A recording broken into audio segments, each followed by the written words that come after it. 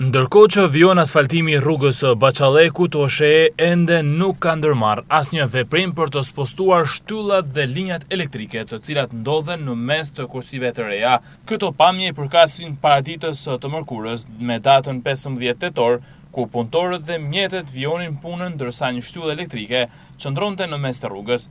Edhe pse punimet për ndërtimin e këtij aksi ka nisur që në muajin janar, pra prej 10 muajsh, OSHE ende nuk ka gjetur kohën për të zhvendosur shtyllat që janë pengesë për ecurinë normale të projektit. Si pasojë, rruga asfaltohet me vonesë dhe më pas duhet rikthyer sërish në këtë segment për të hequr shtyllat, duke humbur kohë dhe para. Kjo mënyrë pune është e papranueshme. Në çdo kantier ndërtimi, si rregull, eliminohen më herët të gjitha pengesat për të mos pasur gjatë punës vonesa, por në rastin konkret për shkak të vonesave të OSHE-s, edhe kabina elektrike mbetet akoma në vend, duke bllokuar përfundimin e 30 metrave të njëjit krah të rrugës. Ky është një shembull i qartë i papërgjegjshmërisë që çon në ngadalësimin e një projekti etik për qytetin, pasi Bacalleku është hyrja kryesore e Shkodrës.